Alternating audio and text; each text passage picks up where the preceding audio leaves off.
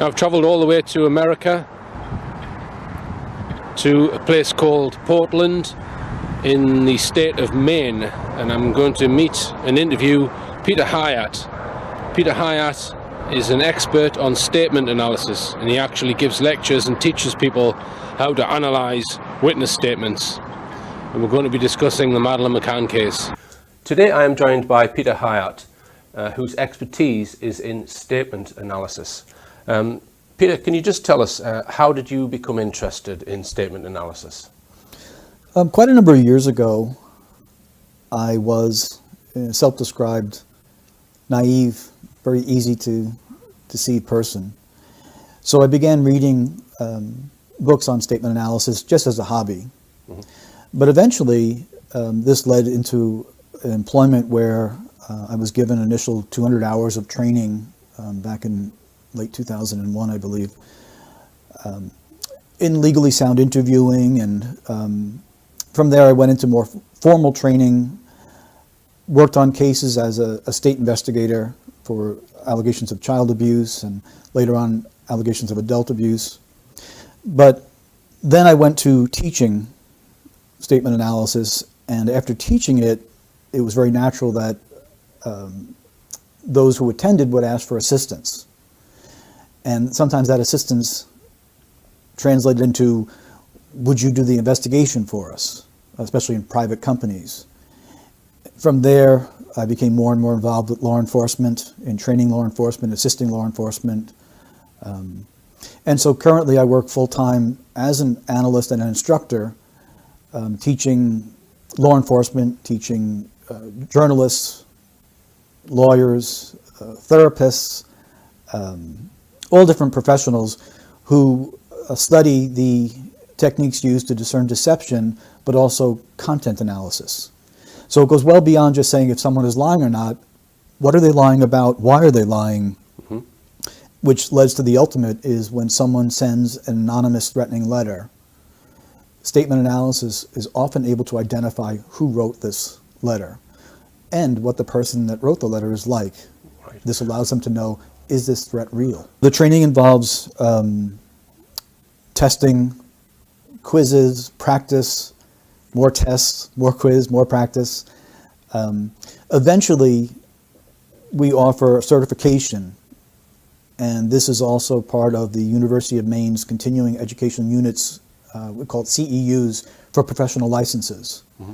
So people are involved in formal training are able to reach a level of certification. The certification is only worth what the work shows it to be.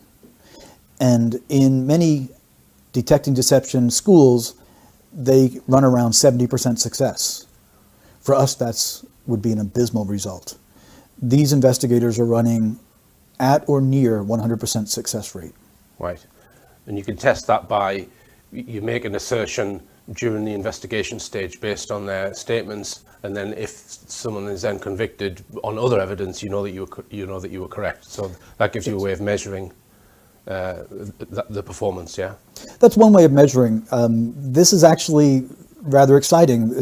An easier way to measure the success is the confession. Yeah, the confession or admission, and we have that more than convictions, because when a person is deceptive, and during the interview process, where they are confronted using their own words, it is legally sound, it is non-interpretive, but where they're confronted with their own words, they often will either confess or admit what they have done.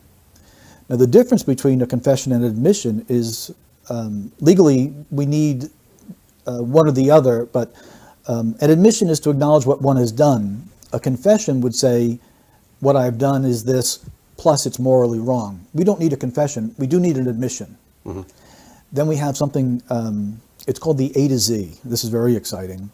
An A to Z is where an investigator, say in law enforcement, receives a report of an allegation. Someone has stolen. And before any of the interviews or any of the investigation begins, the person who is accused of stealing is told to write out what happened. They are to sit down comfortably, choose their own words. They're given bottled water in a comfortable setting. There is no threats. There is no coercion. Please tell us in your own words what happened. The person says, well, where do I begin? Wherever you feel comfortable beginning. So we don't introduce any language to them or any words. The person writes out what happened. If we then take that statement and properly analyze it in a scientific method, meaning we expect the same results, putting in the same data repeatedly, the investigator can now know this person did it, when he did it, how he did it, why he did it. So now a lengthy investigation has been shortened greatly. And A to Z is this, is the person is then interviewed based on their own words from that analysis. It's called analytical interviewing. No new language is introduced. The subject is not threatened at all. The subject is not interrupted. He is allowed to speak freely about what happened. When he reaches a point where he is caught by his own words, he often will admit what he did. When he admits what he has done, the investigator then takes the analysis, hands it to him, and says, review this for me. And there's often this type of unity between the investigator and the now suspect, where the suspect shares, oh, your analysis was correct here. Yeah, you're right. I did hide the gun there, and they're able to go through it. That investigator is now filled with resolve and confidence that he takes into other investigations. So it is fantastic traction for their careers. It's a strength for truth, and it becomes a lesson like no other. The expression, giving someone enough rope to hang themselves, comes to mind. That would be a good way of using it. They made their own rope with their own words. We didn't hand it to them in that sense. So it's legally sound. Right. And obviously the police have the benefit of being able to put someone in that position and not force them to be questioned, but request them to do that.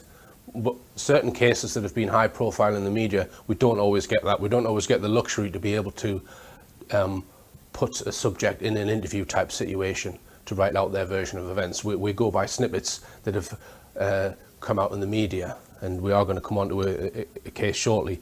Can you recall what the first case you looked at was? The first case that I worked for someone else, I've had success on my own, but the first case that I actually worked for someone else came after an instruction where there had been a theft. And local police had investigated the theft, but what they determined was that the company had too many employees that could have done it. And therefore they just closed it as unsolved. And the company had sent employees for training. And they asked if I could review their work, and then they eventually asked, could you take over for us? So I had all the employees write out what they did during their shift. I came back and said, here's the one that stole it, here's when he stole it, here's how he stole it. They asked if I would conduct the interview. I did, and he confessed. Right, very good. And have you got a rough figure as to how many cases you've looked at? Hundreds. It would be hard to tell, right, because it's most cases, I should say, at this point in my life, most cases I'm just assisting investigators. They're the ones doing the work. They're the ones that, and many of them are so good that they'll send me their analysis. That's an important thing. A good analyst never stands on his or her own footing. We always ask someone to check our work, always a second set of eyes, at least. And so we have many now in training that other law enforcement is asking them for help now because they're so good at it. Right. They're driven for justice. And is your work ever used in court or by other professionals? Well, it's used in court routinely. Statement analysis, like the polygraph, is not admissible as evidence. What happens is during even a cross-examination, the trained investigator is using statement analysis as he goes into testimony. So for instance, an example of this is a man who was accused of murder, took the stand in his own defense. And this is an example of how a prosecutor used the statement analysis to a successful conclusion. The man had been accused of killing a 13-year-old little girl out in the woods. He had claimed that he was alone in the woods. So, and when he took the stand in his own defense, the prosecutor asked, well, tell us what happened and what happened next.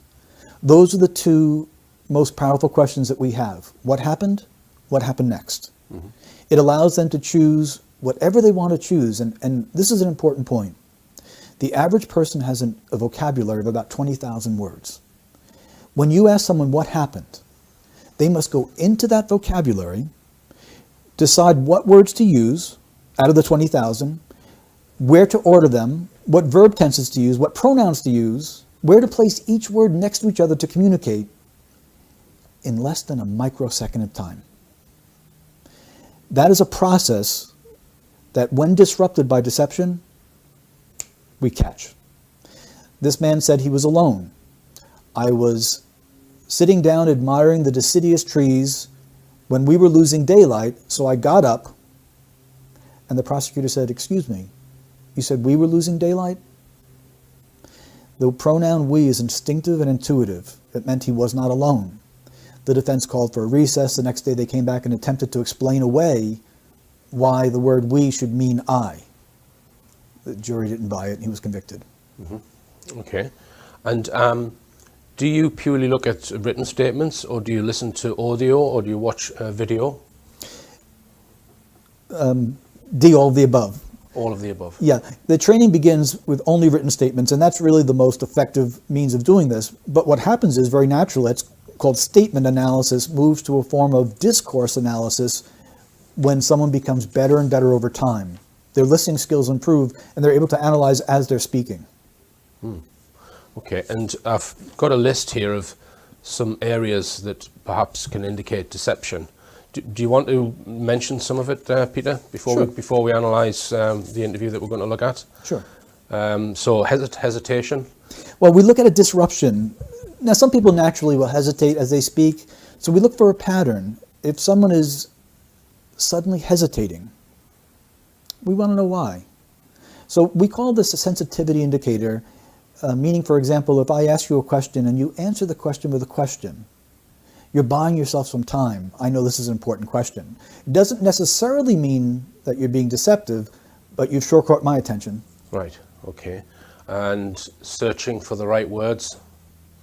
Well, thoughtful people can do that, but when they are under a certain context, like in a missing child case, we want to know what is the relationship between the missing child and the subject speaking.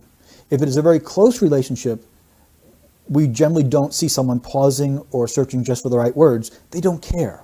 All they care about is the missing child. Mm-hmm. And diverting, avoiding questions? Common form of deception. All right.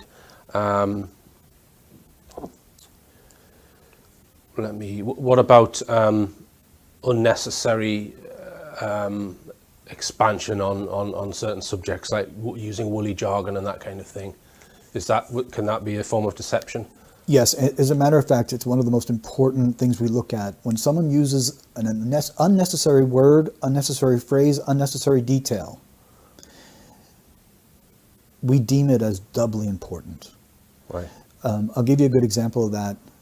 When I go to the store, in order for me to go to a store, I have to leave where I'm at. So someone will say, I went to the store. The pronoun I went past tense, and the store is where they went. It is very likely, statistically, to be reliable. But if someone says, I left my house and went to the store, it's unnecessary to tell us that they left the house, because you can't get to the store unless you leave. So we know something happened at the house that you're not telling me. 70% likelihood that it has to do with time or rushing or couldn't find my keys, something like that. But 30% of the time, it's critically withheld information. Right.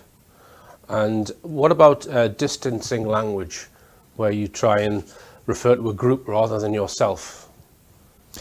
Yeah, there's a couple of different forms of distancing language, and we look at distancing language and flag it as such. I went Christmas shopping with Heather. I and Heather couldn't be any further apart in the sentence than I just made it. What caused the distancing? Did we have an argument? Did I not want to go shopping? I could have said, Heather and I went Christmas shopping, but I didn't. So I went Christmas shopping with Heather puts me and Heather far apart. Sometimes the distance is nothing more than geographical. Sometimes it is strongly psychological. In cases where we expect very closeness, like if an assault case, a missing person case. An assault case is very personal. The language should reflect that. When someone has something happen to them where their body space was invaded and they were harmed, there's a hormonal response that's always going to show itself in the language. So when someone says that they were assaulted and there's distancing language, we look for deception. Okay. And what about the use of the word would?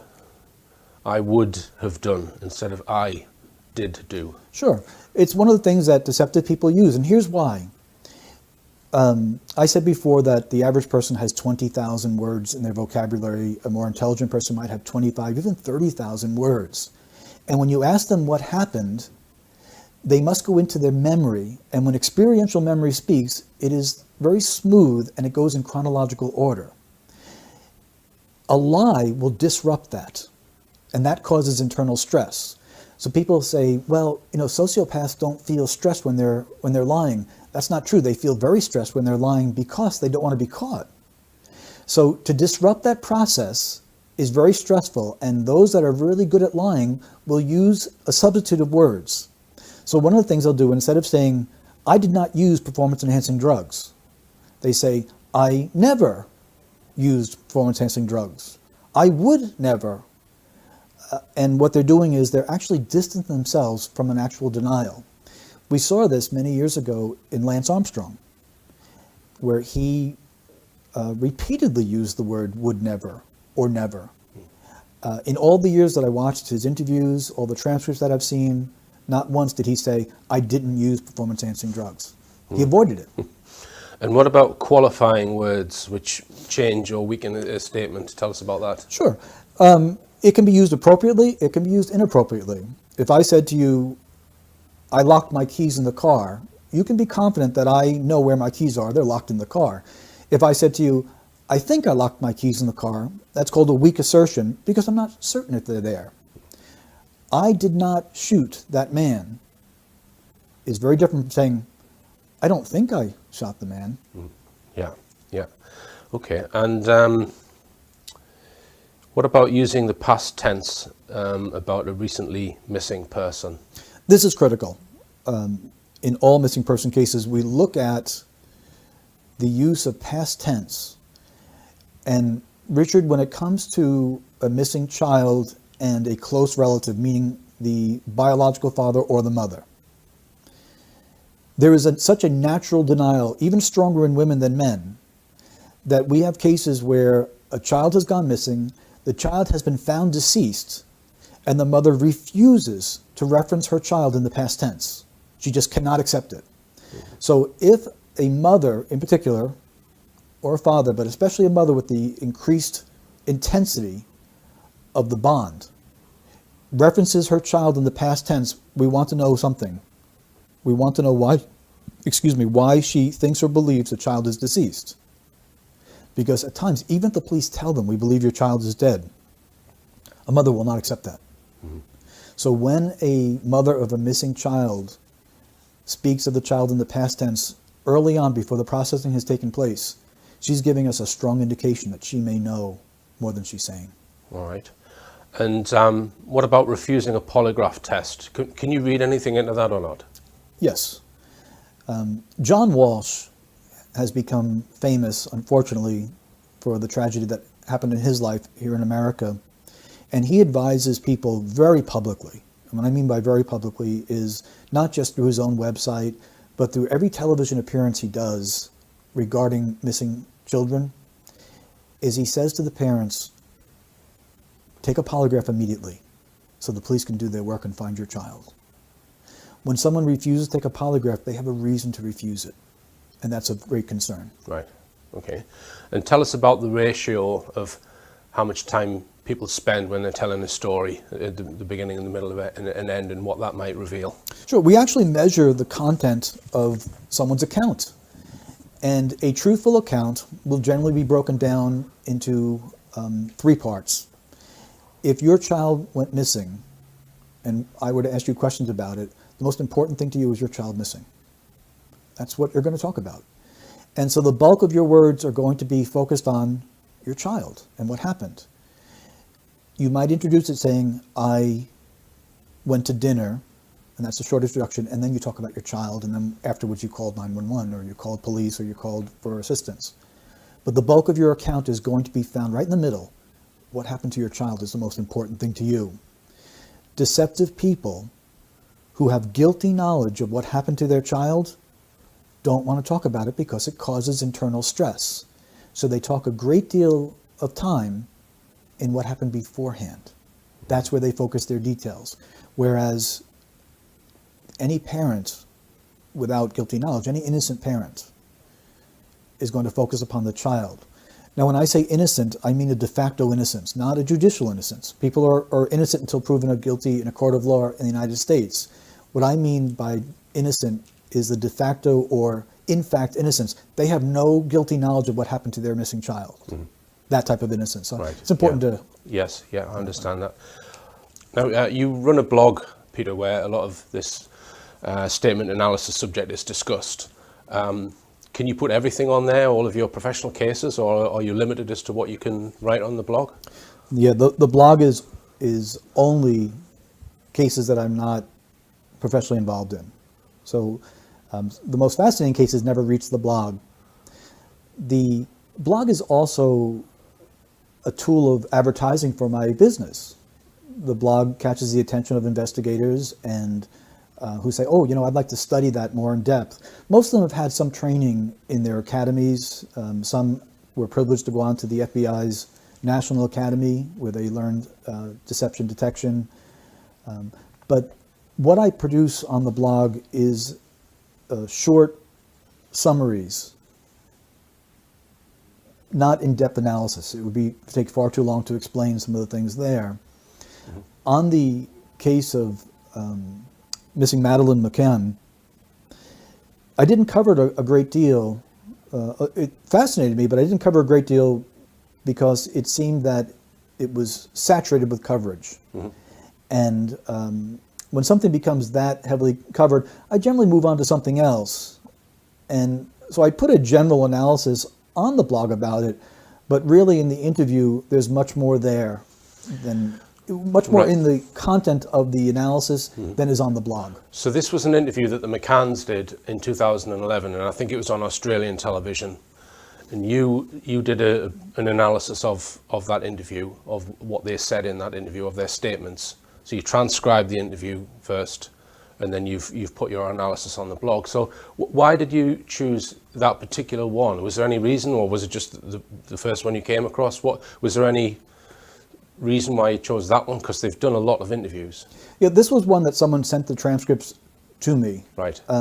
Transcription services is expensive and it's time consuming. I can't do that. I can't go that. So there are people that are associated with the blog who will send trusted transcribed interviews to me. And I have to make a decision at any given time, what do I have enough time to go into? Mm-hmm. I also have to weigh in is that if I get involved with this and law enforcement sees it and contacts me, I've got to delete it and try to assist them. Sorry, you have to delete that. Why would you have to delete it? You mean on that case if they get in touch with you?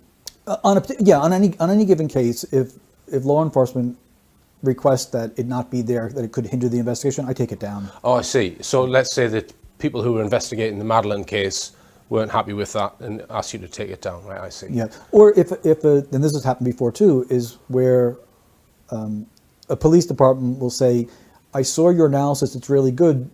Could you help me on this case? I delete it because I can't comment on something that's going to be adjudicated. Right.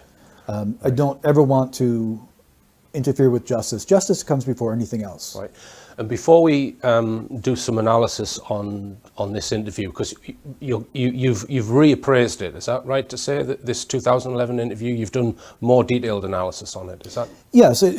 My conclusion hasn't changed. My general conclusion hasn't changed. But what I've done is more intense analysis, and there's several reasons for that. One of the reasons is your interest. Your interest is a professional interest here that is deeper than just an average person reading an article. You'd like to know the truth and in detail, and so I can give you some of the details. But there's also something else, and this really applies to so much else in life as well, is when we do analysis of a case and we review the analysis later on, we generally will pick up a little bit here, a little bit there that we may have missed or didn't focus upon. when we reanalyze something from what we call disparate eyes, from a mind that has moved on to other things, it is called the 40% rule. The same content may yield 40% more information. Mm-hmm. And it's quite practical in the sense that your mind goes on a scent. You pick up a scent and you follow it. And once you follow it to completion, you've got a good portrait. When you look at it again, maybe a month later, you don't have that same scent. Mm-hmm. And you say, oh, you know, I need to focus a little more on something else here now. And that yields more and more content. Then you can take it and hand it to another trained analyst who now brings in more information. And so, although it doesn't change the conclusion, it enhances the analysis itself. Mm-hmm. We're literally entering into the perception of reality from the speaker. Before you tell us your analysis on this interview, just want to mention the legal aspects of this. This is opinion. Yeah, there's no statement of innocence or guilt. Is that, just tell us what an analysis is in those terms? Yeah, this is, we call it presuppositional thinking. We go into a statement presupposing an opinion. Now, when someone speaks publicly, there is an expectation that is presupposed. You're either going to believe me or you're not. And the public, we have a right to say, I believe what they're telling me, I don't believe what they're telling me. It is just my opinion. If I say I believe someone or I don't believe someone, as a statement analyst, it's my opinion, and here's why I have this opinion. So I'm able to explain why. Now, this is not, it sounds like a moral exercise. It's not. When someone speaks, we presuppose that everything they're telling us is the truth. We actually go into the analysis believing everything they said, unless they talk us out of it. If they talk us out of it, not only are we able to pick up that they are deceiving us, but the words that they chose in deceiving us can often reveal what happened. Mm-hmm. And that's what I believe is the case we're going to look at. But because the analysis is your opinion, you've not had any legal issues from subjects that you've done analysis on in the past, just to ask that question. Well, I've had some complaints. Representative Anthony Weiner from New York was upset several years ago about my analysis. He had been sexting, sending sexual pictures to people from his phone, and he claimed that it wasn't him doing it. Oh. And so I had received a complaint from them, and I said, number one, it's my opinion. Number two, I'll take it down when he tells the truth. Right. And since then it's okay. Yeah, and you're confident, because you obviously understand why I'm asking that question, yeah. Don't you? Yeah, but you're confident that because it's opinion, it's absolutely fine to say, and there's no ramifications. Yeah, unless someone has been convicted in a court of law, they are judicially innocent, and we have an opinion whether we believe that's accurate or not. Mm-hmm. However, because of what I do for a living, my opinion has consequences. So if I am able to go through an entire interview like the McCann's gave and make a conclusion, it's going to impact my ability to provide for my family. So anyone can have an opinion that's perfectly appropriate. It's legal to have an opinion. If I have an opinion, I can say anywhere between 10% to 100% certainty of my opinion. There's something on the line there for me. If I am wrong, law enforcement is not likely to hire me to work for them. Right. But first, for 4 years, Kate and Jerry McCann have lived a never-ending ordeal, and they still don't know when or if it'll ever end.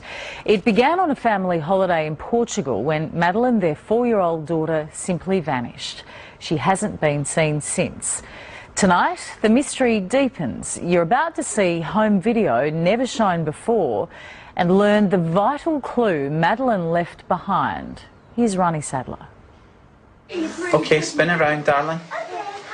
Right round. Oh, yes, I can see your wings. It's a big smile. Oh, yes. One more, big smile. That's pretty.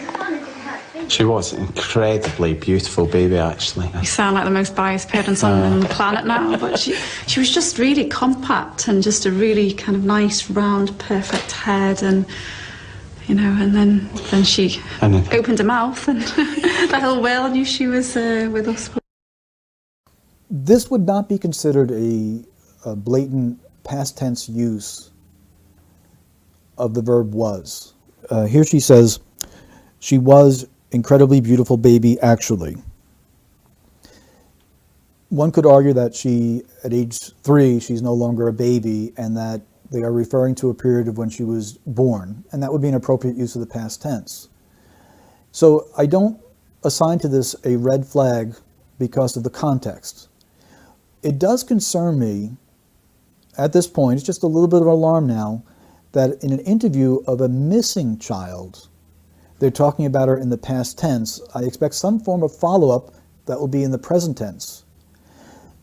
A single slip into past tense is an indicator of belief or knowledge that the child is deceased. And that's what's concerning about that. But there are also some other things that are there that aren't any major blaring red flags, but as they build point after point, they become concerning. One of the things is this: parents of missing children who show guilty knowledge of what happened to the child will often find a subtle way of insulting the child, insulting the victim, blaming the victim, disparaging the victim. When someone is missing, or when a child is deceased, we call it the angelic view. The child is elevated beyond any normal child. Everything is wonderful. And we hear the subtle disparagement in guilty parents. Casey Anthony actually called her little daughter a name, a derogatory name. In shaken baby syndrome cases, the baby wouldn't stop crying as if it was the baby's fault. The baby wouldn't take her formula as if the baby was at fault. And what that is, in guilty statements, within human nature, there is some drive to justify what happened, to clear oneself. So I don't like several things about this. I don't like a past tense reference without following up present tense. It continued there, and we have a praising of the baby that I do like. And then when she opened her mouth, the whole world knew she was with us, is a subtle way of saying that she was really loud. I'm not sure that sounds like praise. I have 6 children. I have 2 grandchildren, and I listen to the words of parents regularly. And given the setting of an interview where the child is missing, it's not something I expected to hear. Mm-hmm. Now, it's not a point I'm going to hang my hat on, but I've been called to the attention now that maybe Madeline was a little bit loud for them. It's a really strange place to be giving even a small complaint. She had McCann level volume, there's no doubt about that. Clap your hands together, 1, 2,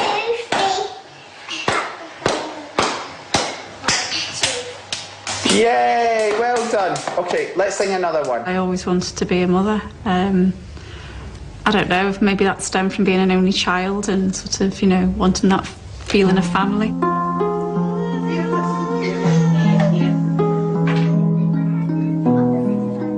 Madeline was the daughter Kate and Jerry McCann always wanted. For years, Kate struggled to fall pregnant, so when Madeline came along, they felt blessed. They loved to photograph her, and she loved being photographed. This is the last picture of Madeline, taken 7 hours before she disappeared.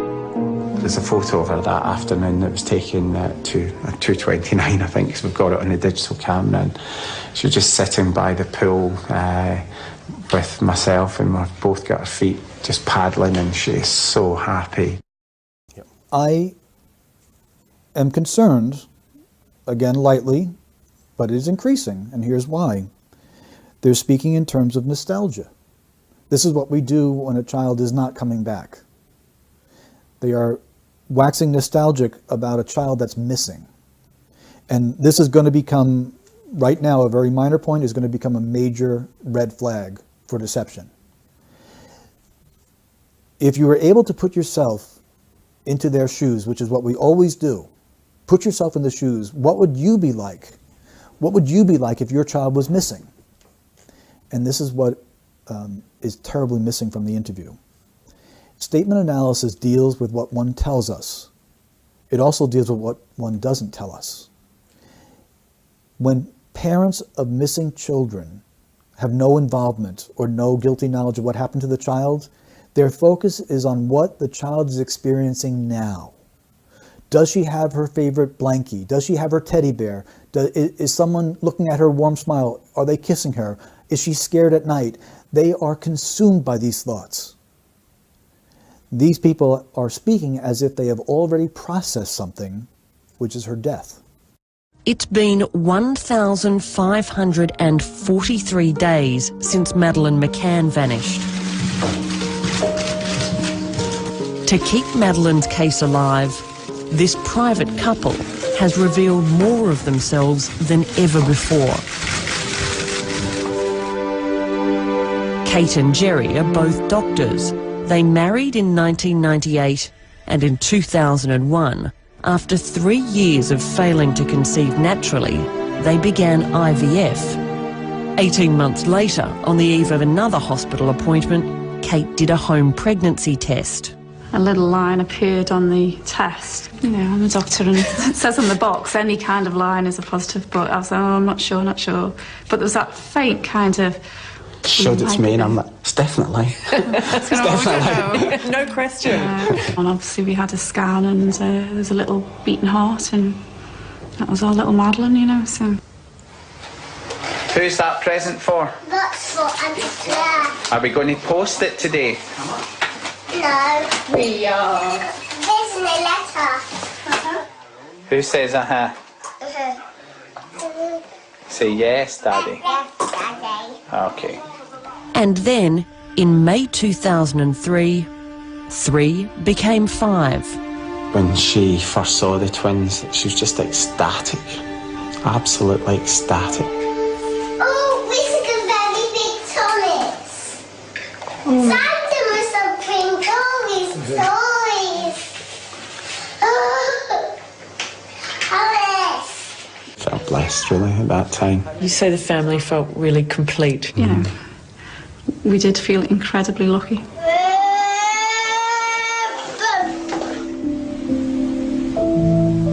In late April 2007, the McCanns decided to travel to Portugal for a family holiday.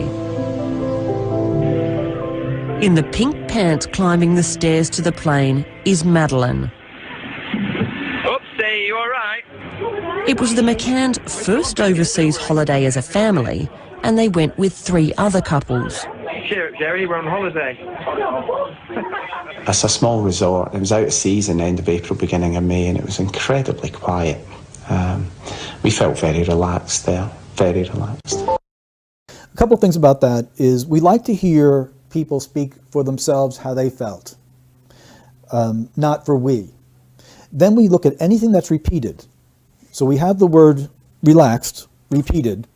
We have the word very repeated. So very relaxed, and not for himself, Jerry, but for both of them speaking.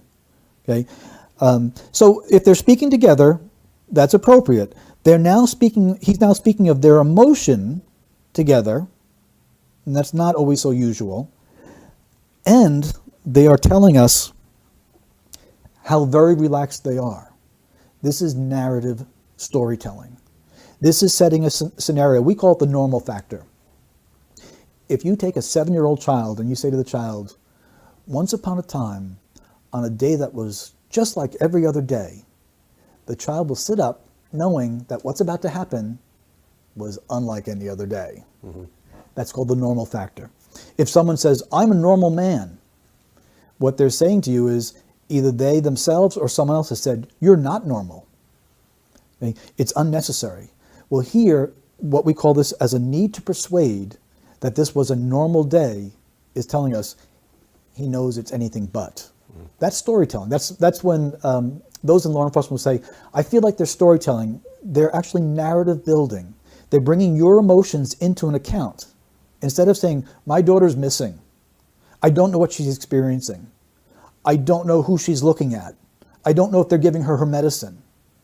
With that urgency, not only did they wax nostalgic, but now they're allowing you to enter into their emotions. And I want you to make sure that you understand my emotions were very relaxed. So at some point you say, wow, you sure seem to need to convince me that it was a normal, relaxing day. Why do you have to convince me of that? In the evening, the children were put to bed by 7:30, before the adults had dinner together down at the pool. From where they ate, Kate and Jerry could see the back of their apartment and left the door unlocked. If you measure it directly from the back of the apartment as a straight line to where we're dining, it's only 50 metres. 50 metres? That's a direct line now. 49.4 on Google if you want to be really specific. Okay, now one would say in defense of them is that, hey, they've been accused of neglect. And they're defending themselves, so much to the point that Kate went online and Googled it and found out exactly the distance that it was away. There's a problem with that, however. She's missing. I expect them to talk about not defense of themselves, but concern for her right now, at this moment of the interview. It's not there. Statement analysis deals with what one says and what one doesn't say. Now we're being given a lot of detail about the distance. Before I was given a lot of detail about what Madeline was like.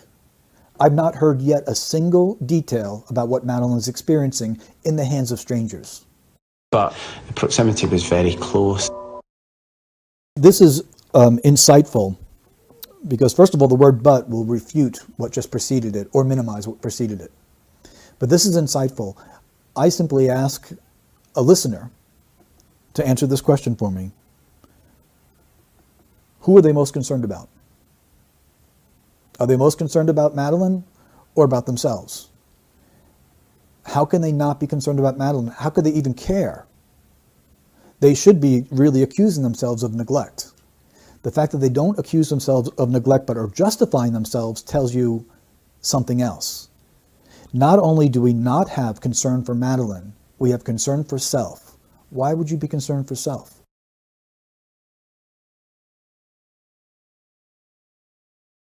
Madeline and the twins slept in a room at the front of Villa 5A. Kate and Jerry believed their shuttered bedroom window, overlooking the car park and street, was closed and locked. Every half an hour, the parents would take turns to check on each other's children. We thought that was the best thing, and it seemed to work absolutely fine, and we didn't have any problem right until the Thursday morning when Madeline said, why didn't you come when we cried last night? We thought, that's odd. Okay, well, when you look at the word but I mentioned before, that should call your attention to what preceded it. And what Kate had said was 49.4 on Google, if you want to be really specific. And I asked the question, who would want to be really specific in this case? Well, the investigators would be. When a child goes missing, the innocent parent's brain never shuts off. This is why they don't sleep, not just the anxiety, but they replay everything in their mind due to a hormonal rush. The fight or flight hormone is elevated, it's up there. In this hormonal increase, their mind goes to detail, particularly when they try to sleep. They will often call the voicemail of a detective and say, I just thought of this and I just thought of that. Always on alert, high alert. Here we have this type of high alert detail, but not about Madeline, about justifying themselves. So with that context, the context now is they are concerned for themselves. When a child goes missing, this is very personal to a mother, and this is very personal to a father. No matter what, when a child falls, a father feels responsible. The father didn't protect the fall, even though he really has no reason to blame himself. We do that. It's just natural. We speak for ourselves. At this point, I am not comfortable with the word we here. We thought, because now he's entering into what she thought. And listen to his words. We thought, not I, but we thought that was the best thing, and then a pause, or and it seemed to work not fine, but absolutely fine. Then he says, we didn't have any problems. Now, when we ask people what happened is limited to a finite number of things, and they will choose which is most important to tell us. When someone tells us what didn't happen is an infinite number of things. So when they tell us what didn't happen, we are on high alert now for very, very possible deception. And here's what we have. Until Madeline said, or when Madeline said, why didn't you come when we cried last night? How old was Madeline when? Yeah, three, nearly 4. Yeah. Sure. As a parent, as a grandparent, and someone who taught parenting classes for years, many years ago, children are by nature narcissistic. A child will say, when I cried, not we. The child is not going to show concern at that age for little babies, unless two things. Unless the child is a little bit older, 5 or 6, and the child is parentified, meaning the neglect in the home has been so severe that the 5 or 6-year-old is being the parent to others. Mm-hmm.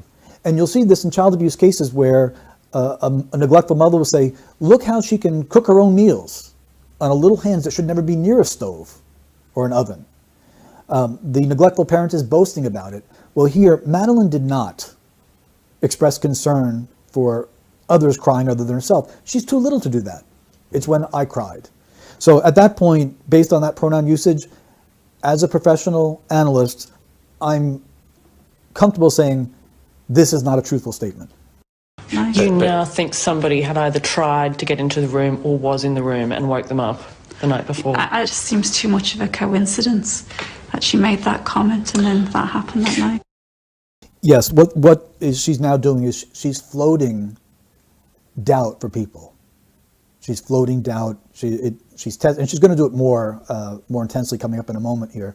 But she's allowing for people to enter into an emotion that doesn't exist. And this is very important in statement analysis. When we experience something that is emotionally charged, I once had a man point a 9mm gun at my head as he was robbing someone in a drug robbery. After it was over, I called police to make the report. I was fine. A couple hours later, I shook with emotion. Like, what just happened? The reason being, it takes time for us to process emotions. If I were to tell you a truthful account of what happened, it's not riveting. It would sound very boring. If I process all the emotions years later and I tell it in a storytelling, I would say this. I once stood in the darkness, and when a man pointed the 9mm gun at my head, the hairs on the back of my neck stood up. And I would tell a story to engage you into the emotions. We call that artificial placement of emotions. Editing, storytelling, narrative building. By the way, I'm not sure if anyone is paying attention at this point. There's a missing child here that I've had no concern expressed for. Mm-hmm. Mm-hmm. This is why this interview jumped out at me. All right. She's actually bringing to the point where the 3-year-old child is some sort of intuitive expert. Right. Your child is missing. What are you doing? When are you going to talk about that? Looking back now, you think that could have been your one chance to save her? Well, as soon as I discovered that Madeline had been taken, it just hit me straight away what she'd said that morning, and I just thought, oh my God, someone tried the night before. Okay, in statement analysis, we have a number of sensitivity indicators that are very closely associated with deception. In fact, in this sentence itself, there's enough to conclude deception. First of all, she is infusing emotion into reporting what just should have been said. Second of all, she's going to a conclusion. She didn't say, as soon as I saw that Madeline was missing. She said, had been taken. She didn't know that. What parents of missing children do is they report their child missing. They don't know if someone took them. They don't know what happened or if the child ran away.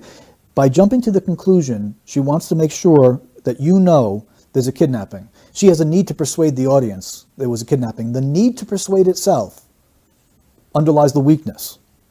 Then the inclusion of the emotions at the perfect point of the statement tells us that's artificially placed there, narrative building.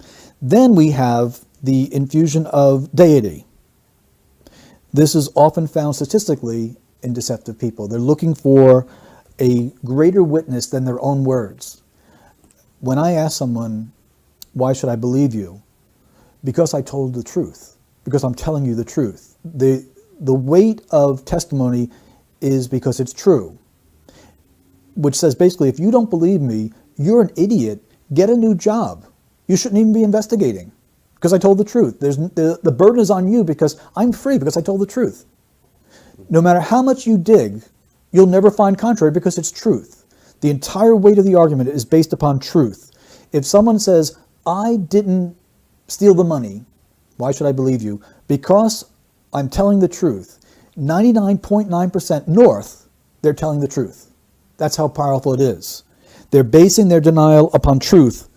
When someone has a need to bring in a divine witness to what they're saying, and here in this case they're doing that, she's making the assertion that Madeline had been taken, which is already conclusionary, then calling on a divine witness by the inclusion of the word God. Okay? We could indicate here deception by itself and be confident that she's not telling the truth either. All right. Oh, excuse me, another point with this, because there's actually a lot more here in this small answer. The word just, in statement analysis, we look at dependent words. Dependent words are those that don't work without another thought. So if I said, this is my only child, instead of saying this is my child, this is my only child, what are you thinking of? The word only means you're thinking of something else. Did you lose a child? Did you try to have a child, couldn't have another one? What happened there? Something happened. In her case, the word just, it just hit me, and the word just hit me is the timing of the emotion. Okay, the emotion doesn't belong here, but it's part of her storytelling. And I just thought, my God, someone tried the night before. The word just there means she's comparing this thought with something else. Deceptive people do it all the time. They're comparing the thought that they're floating for the audience with the truth, what really happened. It's a small point, but when enough small points come together, it's a large point. In that answer, we have her logical conclusion, her comparisons. We have her giving detail that doesn't add up to what children respond like. And we know that at this particular point in the statement, her concern should not be what a 3-year-old thought, but what my 3-year-old is going through right now. And that again is missing. On Thursday night, Kate put her daughter to bed for the last time. But my memory of that evening is really vivid. I mean, she was really tired, but she was just cuddled up on my knee, and we read a story. And we also had some treats. We had some crisps and biscuits. And then after they'd done the usual kind of toilet teeth, we went through to the bedroom and read another story, If You're Happy and You Know It.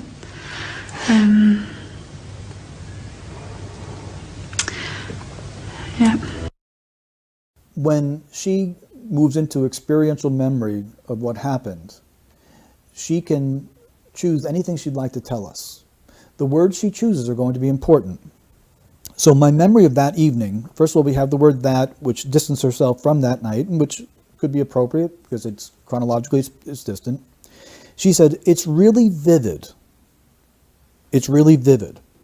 And that's interesting because that type of clarification comes when there's a hormonal increase. The fight or flight hormone, that cortisol and others that rise in the body to the brain, brings great clarity of thought. But if this was a normal, quiet, happy evening, what would cause such vividness in her memory? So what she's doing is she's narrative building, but she's telling us that this night was anything but normal. Now, this is my assertion to the viewers. By saying it's really vivid, she's choosing these words. She's telling us, she wants us to believe that her memory is very strong with details. It's not just vivid, it's really vivid. And I believe her. I mean, she was really tired. Now, she is using her own words. We must believe her. We must listen to her. I believe that her memory of that evening is very vivid because her hormones were on super high alert. I believe that Madeline was really tired, and that Madeline's tiredness is important to this case enough that she's mentioning it here. We should be listening and believing her. Mm-hmm. But she just cuddled up on my knee, and we read a story. And we also had some treats. This is a portrayal of a really good mom. Okay? Now, I'm asking the viewers to enter into not reality, but the verbalized perception of reality. She's telling you, my memory is really strong for a reason. I believe her. Madeline was really tired, and there's a reason why that's here too. And I'm a really good mom. She has a need to tell us this while her child is missing. Okay? This is often an indication of neglect or abuse. There's a correlation between mothers who, when they go for substance abuse treatment, if a mother says in the in-screening of substance abuse treatment, I'm a really great mom, or portrays it in any way, shape, or form, it's a signal for the therapist to go into the history and find this mother has been involved with Child Protective Services. Okay. In other words, great moms are often too tired to talk about how great they are, just from being tired. It's the need to brag is concerning. Now, her child is missing. At this point, the self-condemnation should be through the roof instead of the boasting. This is not a good sign. I'm believing her as she's guiding me until she talks me out of it. I think they may have read. I think they may have had some treats. In fact, she's given me exact details of the treats because I think she really is vivid memory because the hormones are really high, which is concerning. And then what I mentioned earlier about the normal factor, here we go. The usual kind. In other words, it's a normal, usual night. Mm-hmm. The need for her to express that tells us it was anything but. It was anything but. Now, the mentioning of toilet, teeth is unnecessary. There's any number of things that you do with a child, but she chooses to include these things. These associations in language are often associated with sexual abuse. Right. And I've heard you say that before, Peter, or read that. That seems quite... Sort of, I don't understand why that might be the case. Sure, and it does warrant an explanation. I was once investigating a robbery, and the employees were asked to write out a statement of what they had done. And one woman wrote, I woke up, brushed my teeth, got dressed, and went to work. And she included the brushing of her teeth. And in statement analysis, we believe what someone tells us. I believe she brushed her teeth. I also know that when people include brushing of teeth in a statement, it's very rare. It's important to her. It's something that we all do, and 90% plus people don't feel necessary to tell us they brushed their teeth. So why would brushing teeth be so important to her? So I spoke to the owner of the business and said, I would like to speak to this young woman about the theft. I said, no, she didn't steal, but I believe she's a victim of domestic violence and she knows who did. And the owners were shocked. How could you possibly known that? We had met with her. She is in a domestically violent relationship. We talked about it. We've been trying to get her out of it, but she won't listen to us. How did you know? I said, because she brushed her teeth. And they thought that was just crazy. I said, no. What we do is we flag personal hygiene. And we ask you to consider what her life is like. Women that are involved in domestically violent relationships are generally not subject to violence. It is the threat of violence that controls them.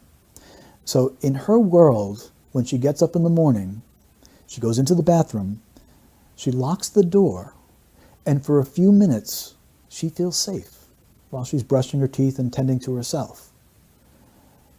Because the rest of her life is controlled by him. He might text her at work, he might call her at work, he might control things. And what I think happened there was that she allowed him and his gang to enter access into the building to commit the theft. Brushing her teeth was something so important to her that she mentioned it. So whenever we see personal hygiene, where it is unnecessary, we explore for these matters. Now, the idea of sexual abuse comes in with water. School teacher notices that little Johnny comes to school every day and he's always clean, but before every snack or after every snack, we got him to wash his hands. Like all little children, that's just kind of a norm. One day, Johnny comes to school and he washes his hands without being asked, and washes them again, and washes them again, and washes them again. And the teacher says, uh-oh, something's wrong. There's a dramatic change in his behavior, and it has to do with water. Okay. What they have to explore for is the possibility of sexual abuse.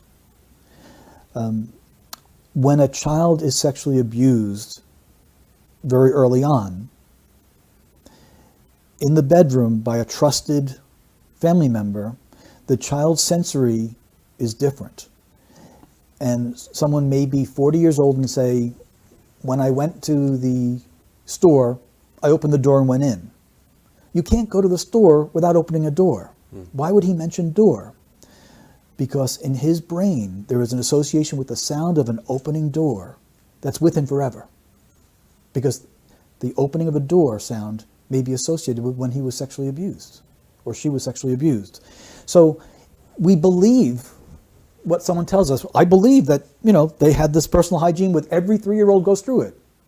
But her inclusion is telling me something's wrong. Remember the context also. Her child's missing. She hasn't mentioned a thing about what Madeline's going through, but she's talking about Madeline's hygiene here with detail. So I believe what she's telling me in that sense, but I know there's a reason why she's choosing these words. Then when she says the usual kind, what she's telling you is something unusual happened between her and Madeline that night. Right. Now, Right. I asked them to consider that. Now, go back and listen to her words. My memory of that evening is really vivid. I mean, she was really tired. And I think that investigators should consider the possibility that Madeline was given something that made her very tired so she would sleep and not disrupt the dinner. That is not uncommon. In fact, this is somewhat sad to report. I once had to investigate a physician who was accused of drugging children. And he spoke plainly to me and said, I give them cough syrup because their parents are abusive. The state cannot take the children away from the parents, but I know they're abusive. And by giving them a teaspoon of a type of cough syrup that will help them sleep, the parents' drug night will not be interrupted, and the child won't suffer even more so. It was a dreadful decision that he made, and he didn't practice medicine very long after that, as you can probably imagine, but it's something much more common than people would believe. We have not only that, but we have a doctor here who had access to that sort of thing. An anaesthetist as well, she was. She was an anaesthetist as well. I didn't realize that. Right. Many examples of how this works out. When someone is accused of sexually molesting a child and the man says, I'm a normal, happily married man. What he's saying is, I don't deny the sexual molestation, but I want you to think I couldn't have done it because I'm married. We're married people, still sexually abuse children. So when the word normal is used, it's an indication, and any word near that, normal, usual, regular, when it is used, it means the person is thinking of something unusual, abnormal, not the norm. while they're speaking, and they're trying to deceive. So here she's revealing a knowledge, if we're listening to her, that this day was, what they went through, that routine, was not normal. Okay.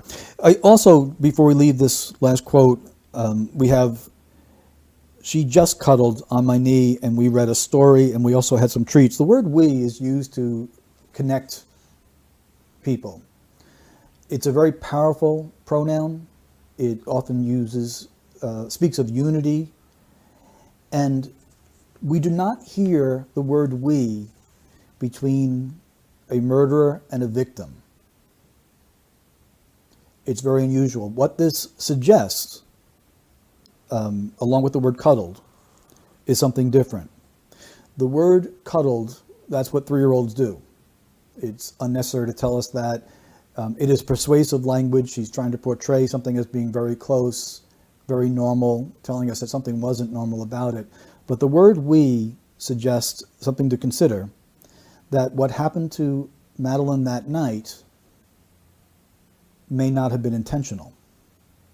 And so I am a slave to the statement. The words must guide me, and no matter what my opinion may be, what I do now is I have indication within the language that there is no concern for Madeline, which we'll explore, that Madeline is not alive at this point, and that they are concealing information about what happened to Madeline, but thus far, this is not premeditated. Mm-hmm. This is someone who had a boundary set up in the family, and the ties that bind them together here produce the word we. Mm-hmm. When you say that night, right? The night that something happened, if it happened, mm-hmm. Are you convinced that it's the night that they said, or do you think it could have been a different night, a previous night? Oh, it could be the previous night. This could or previous, not necessarily the date they've said. Yeah, that's a very good point, because usual is given. What she could be talking about is patterns. Mm-hmm. Speaking of patterns, if this child was given something to make her sleep, it wouldn't have been the first time. Mm-hmm. And that's what that could suggest. Mm-hmm. If you've watched my final film, a lot of people think that they spent 3 days or so before they announced to the public that Madeline had gone missing, that they spent some time planning it. That's a well, it's all covered in my final film, basically. But what we looked at was, we went back in time from the point where they alerted the police to try and find evidence of her being alive in photographs and all kinds of things. So there is a school of thought that she died on the 29th of April, which was 3 days before they even reported her missing.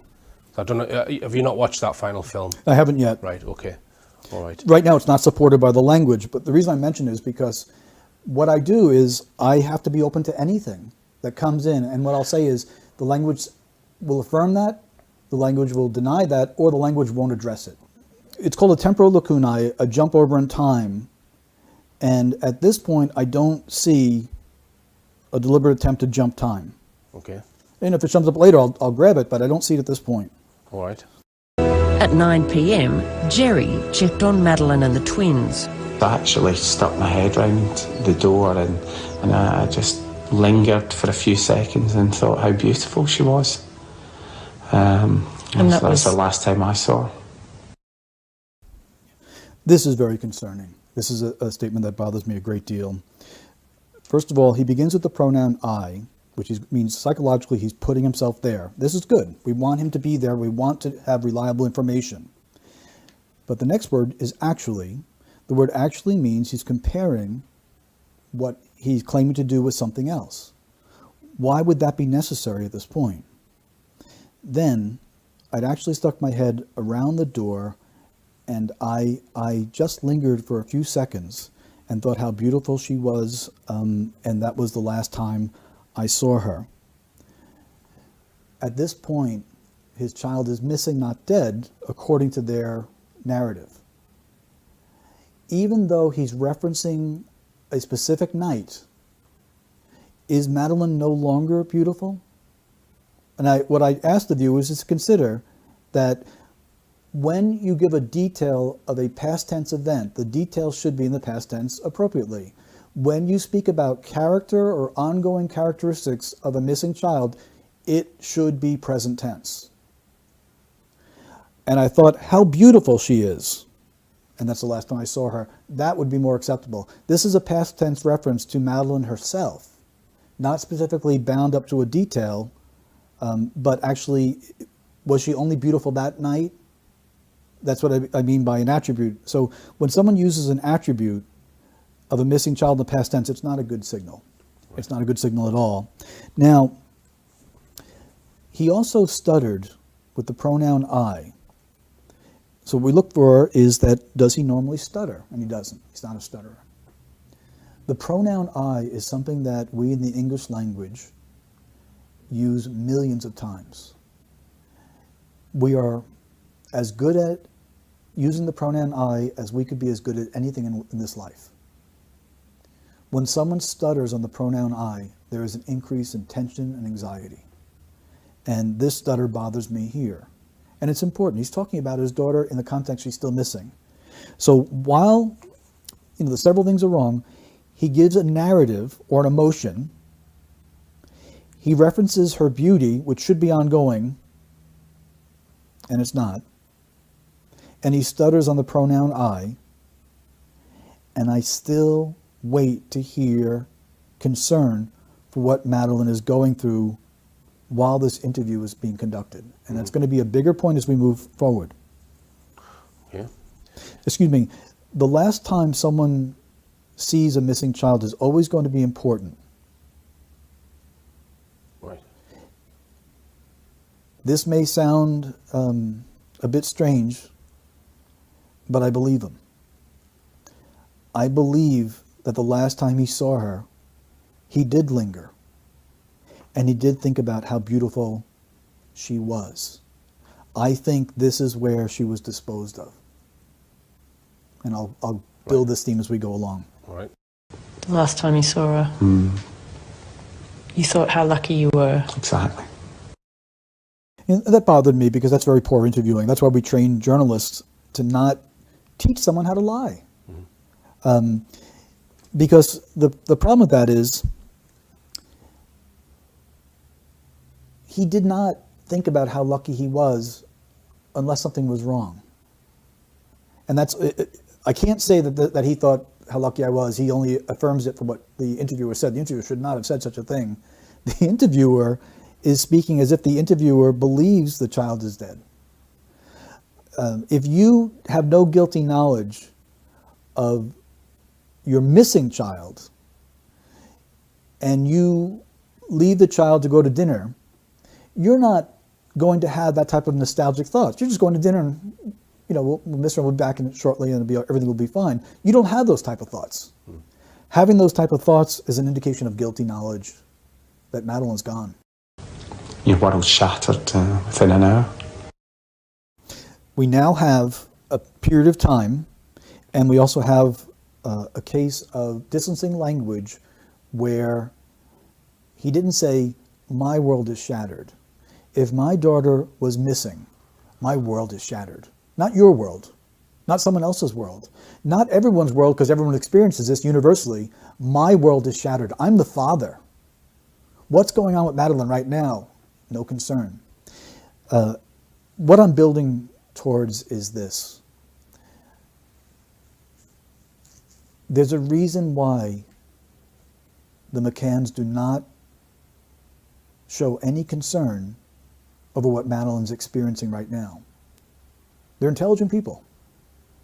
They're no dummies here. They're intelligent people. They're not concerned. Parents are forever concerned because even Stephen King said, the terrors that a parent's mind can conjure up in wondering what my children are going through is more horrible than anything he could write. Our imaginations double down on us when we try to sleep, worrying about every little slip, every little fall of our children go through. They have shown no concern in the most extreme of circumstances, why not? And they're going to answer that question for me. So Jerry, as a biological father, is telling us that his world isn't shattered. Your world is. That's distancing language. At 10 p.m, it was Kate's turn to look in on the kids. At that point, I expect to hear, I got there and Madeline was gone. That's, it's not a discovery. It is a traumatic, personal, up-close personal, extreme event that puts hormone levels so high that if they don't recede quickly, there's going to be PTSD. In other words, the hormonal response of finding your child missing is going to be so extreme that in a few moments, you're not going to be able to reason the emotions down, the hormones down. If you're driving your car, and as you're driving, someone cuts you off, and you grab your wheel, and you can feel the flush of hormones. You feel it physically. It's a physiological reaction. You say to yourself, I'm okay, and your hands begin to loosen, the blood goes back towards the blood flow that initially went out to protect you, and the hormones recede in just a few moments, maybe a second or two, maybe even less than a second. If that hormonal response were to stay elevated for more than a few seconds, it is very likely that 30 years from now you're going to wake up screaming because the brain has an imprint on it. If you walk through the door and found your child missing, the hormonal response is so extreme and there's no reasoning it down, that parent will suffer for the rest of the parent's life, even if the child is found safely a week later. 30 years later, the parent will still wake up screaming because the imprint on the brain, the inability for the brain to process the most powerful of human emotions, of mother-child bonding, it can't happen properly. And so we can mitigate it by trying to get them to process it. Journaling is very helpful, but it is so intense. And that's why the vividness is so powerful. And it's physiological. When you're under attack, when something like that happens, your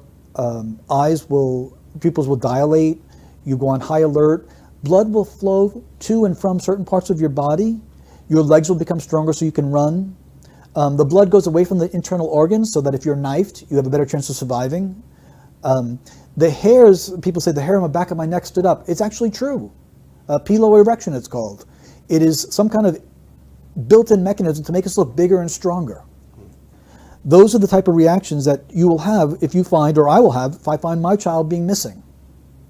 She tells us I had that type of reaction with the conclusion that everything was normal. You can't have it both ways. This is a disconnect that means she's not speaking from experiential memory. She's using certain points of the account, stitching it together in an overall deceptive account. The bedroom door where the 3 children were sleeping was open much further than we'd left it. I went to close it to about here, and then as I got to here, it suddenly slammed. And then as I opened it, it was then that I just thought, I'll just look at the children. And literally as I went back in, the curtains of the bedroom, which were drawn, were closed. It was like a gust of wind, kind of just blew them open. This is not a sophisticated liar. This is a silly story where my child is missing and I'm talking about the curtains and blowing and all sorts of emotions. That's where someone who was a police officer, even without terrific training, will say, storytelling. This is storytelling. Well, we call it narrative building, and what she's doing is she's giving the inclusion of emotions, besides many other indicators of problems within the house, including the door. The bedroom door where the three children, not my kids, that's distancing language there, were sleeping, was open much further than I'd left it. That's not what she says. We left it. Does that mean that she and her husband each took a hand and moved the door to a certain level together? Because that's what she wants me to believe. Mm-hmm. She's lying. Mm-hmm. This is deception. The fact that she's using door for deception is because she's building a narrative about a kidnapping. The need to build a narrative about kidnapping says the child wasn't kidnapped. That plainly. And literally, as I went back in, the curtains of the bedroom, which were drawn, were closed. It was like a gust of wind blew upon them. She's asking you to enter into an emotional, fictitious account. This is the writing of fiction. This is something that even Statement Analysis 101 would be able to grab on. Mm-hmm. So I conclude here, deception indicated from this alone. And you mentioned here again, doors and windows are often found within language of sexual abuse. Yeah, I'm concerned. Right. I'm concerned. This is not a normal family. There are verbal indicators, and it doesn't necessarily mean that Madeline was a victim of sexual abuse. What it could be is in the language of Kate that she was sexually abused while she was growing up. This would leave her vulnerable for things such as neglect. And if you take that to the next step, someone that has been sexually abused in childhood who is now vulnerable to neglecting her own children, possibly even failure to protect, if someone else, like her husband, was involved in sexual abuse, we would find the need to persuade us, I'm a great mom. We were cuddling. Okay?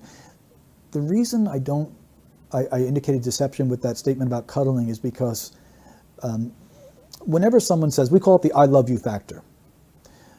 I kissed my kids, told them I loved them, and went to bed. Everyone kisses their kids and says, I love you, go to bed. When you see that in a criminal statement, they're telling you something is really wrong between me and the kids. So her need to persuade about the cuddling, if you consider it carefully, you must be open to the fact that she may have been holding a lifeless body and has a need to persuade, no, this was cuddling. Okay.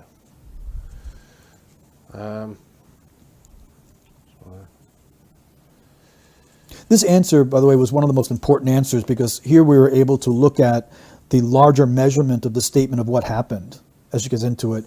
And this is a very lengthy introduction. She's not getting to the point of telling us that Madeline is missing and what must she be going through. She is narrative building of even if we just measured it with the scientific measurement of our formula of 25% introduction, 50% content, 25% afterwards, she is heavily delaying getting to the point and giving lots of unnecessary details. Mm-hmm. Where do we have more detail? On what Madeline is going through or on the windows? And the curtains, which had been closed, just swung open into the room and revealed that the shutter was all the way up and the window being pushed right across. And then I just knew she'd been taken. Right. She goes to a conclusion of the matter and she goes into present tense language. This is an intelligent woman. She knows how to use verb tenses. When someone is committed to something that happened, I came to the building, not I come to the building. Well, here we have a continued description about the curtains, which is concerning to me, just swung open into the room and reveal that the shutter was all the way up. So if we want to believe what she's going to say is that the reason that she knows that someone had been taken her is because she walked into the room and the room just magically opened itself up and said, look at the evidence. She's lying. Okay. This tells us Madeline was not kidnapped. Okay. Kate says after a quick, frantic search of the apartment, she ran back towards Jerry, who was still with their friends at the table by the pool. I can't remember exactly where the table was. It was kind of in this bit. So it would be about round here. And I was kind of sitting in this bit. Yeah, I mean, Kate was clearly distraught and I jumped up, but it was kind of disbelief. She can't be gone. She can't possibly. How could she be gone? And I was saying that to Kate as we were both running. Deception indicated, and here's why. First of all, we have him making an assertion. I know where the table was. I know exactly where the table was. So he's giving us an indication, I'm on high alert, the same what she had done before. And then, with this precise language, he immediately moves away from it it was kinda, he now qualifies it, this bit, so it would be about around here. And I was kinda sitting in this bit. So going from this exact, this is a form of self-censoring. He is stopping himself from going to this precise way he has a need to conceal. He then describes his wife's emotion. Kate was clearly distraught. Now consider this. If your child is missing, you're going to be distraught. Telling us that she's distraught is narrative. It's not necessary to say. I didn't think that she stopped to smoke a cigarette and to look at how beautiful the stars were in the sky. Of course she'd be distraught. Telling us that she was distraught is unnecessary, therefore it's very important. But he now looks to persuade me. Not only was she distraught, but she was clearly distraught. In other words, her affect of being distraught was beyond any debate. So I want you to know that when my child was missing, my wife was really, really, really upset. That's goofy. And that's what this is. It's a need to persuade. That sounds, to the average listener, that sounds goofy. And I jumped up. You know, we did not think that you stopped for a cigarette. We did not think you said, okay, let me have dessert first. This is also unnecessary language. And then he says, kind of disbelief. I believe him. Because he knows it's not true. He knows what he's doing is narrative telling. And so the first thing he's going to say is, where is she? We must find her. No, she can't be gone. She can't. She can't possibly be. How can she be gone? This is an important part for your viewing audience to understand. Guilty people will ask questions. They are looking to see what answers are out there. They're looking for responses from even the interviewer, from police, from the audience. They're floating their alibis to see, will you agree? The first thing that anyone would say if your child was missing is, where is she? Not how can this happen? No, this can't be happening. Now, we don't even reach denial stage yet. As a father or mother, the first thing we do is, no, I'm going to find her. She wandered out. The door was open. She's out here, let's get her. They know that she didn't wander out. So he artificially not only imputes his emotions into this part of the statement, he artificially inflates both of their emotions. The fact that he says that he had to do something immediately, and I jumped up. It itself is unnecessary. Of course, any father's going to jump up. He has a need to persuade us. He might, at this point, be reliving the emotions, the motions that he went through in this. So he gives us, he wants us to think that he's in denial. She can't possibly be what? He stopped himself. Be dead? How can she be gone is a question. And I said that to Kate, no. And I was saying that to Kate as we were both running. Now, this is also interesting, and it may be a little bit overkill, but this is what analysts do. We would take this short answer and analyze it for hours. And just one small point here. And I was saying that to Kate as we were running. Nope. As I was saying that to Kate as we were both running. He has a need to persuade that both were in earnest, both were upset, both were in emergency mode, because they weren't. Those that are in emergency mode don't even need to tell us they're in emergency mode, but they certainly don't need to persuade us. His need to persuade that they were in emergency mode tells us this was not unexpected, this was not an emergency. Richard, he's lying. Okay.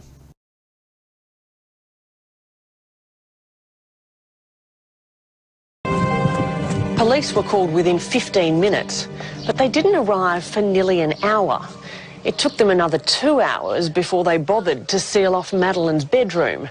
British investigators later called it the worst preserved crime scene they'd ever encountered. Roadblocks and checks weren't put on Portugal's borders for a full 12 hours. And within days, hundreds of guests, potential witnesses and suspects had checked out and left without ever having been interviewed. Now, I can't defend what the police did or didn't do. I don't know it. I didn't work with them. I have no association with them. But I do ask your viewing audience to consider that it is very possible that the initial investigators didn't believe they needed to do any of those things. Yeah. I'd like you to consider this. I know exactly where that table was, and then he stumbles over to exactly where the table was. Why would he give such an unnecessary detail? Why would we care where the table was located? In resisting interrogations, Navy SEALs use a tactic. If an enemy takes a Navy SEAL, the Navy SEAL is taught to resist the interrogation by giving enough truthful details of something irrelevant to satisfy the interrogators. And so Navy SEAL is captured, and he talks about how he dives and cleans the ship. And he gives such details that the interrogators think this idiot is someone's job is just to clean the ship, and he's going on and on about every detail of how he does it and how long he's underwater, what tools he uses. Nothing to find here. Jerry shows a stronger or a more efficient level of sophistication and deception in this manner. This is in fact what you had mentioned earlier in your question. This is a form of diversion. He is safely going in to describe a table because that's a safe thing to say. We call this leakage. He knows what happens, or I'll say it this way. The brain knows what happened. He now has to go into the brain and talk about what happened but not give it away. It's really difficult because he might choose some of the wrong words by accident. So he focuses on a table and then he stumbles on it because it's such a ridiculous point. He's using a diversion tactic because it's necessary. So what we do is we say, well, here's a diversion tactic. Why would the dad of a missing little girl need to make such effort to divert attention away from what happened? The night seemed so long. Every second was excruciating, and it was dark, and he just wanted to be light and everybody searching, and Madeline found. Okay, this particular statement itself is very concerning. First of all, we'd ask the question, for whom was this night so long and so excruciating for? For Kate. Or if we want to listen to her words, it was not even for Kate, it was for you. Listen to what she says. Believe what she says. The night seemed so long, every second was excruciating, and it was dark, and you just want there to be light. Not she, not her as a mother. But by the way, was it excruciating for Madeline to be taken? She shows concern for you or herself and nothing for the child. A parental instinct is so powerful that we've used it in judicial courts since time out of mind. Going back to the Solomonic courts of your Bible lessons, where two women gave birth to children and one woman rolled over and suffocated the child. And they each claimed custody of the living child. Neither wanted custody of the dead child. And it went all the way to Solomon's court, and people who know the story said Solomon said, bring me a sword, cut the living child in half, and give them each half their baby. Solomon had no intention of committing murder. What Solomon had done was repeated both women's arguments. The woman who actually gave birth to the child said, let her, the liar, have the child. Let my child live. And everyone was able to see that's really the mother. He was exploiting maternal instinct. Prior to that, he simply repeated their arguments. And if we listen very carefully, especially as it comes out in Hebrew, it's very simple. This mother says, the dead child is hers, the living child is mine. She mentioned the dead child first. That's what people do. They mention their own first. But this mother says, no, the living child is mine, the dead child is hers. She mentioned the living child first because that's her child.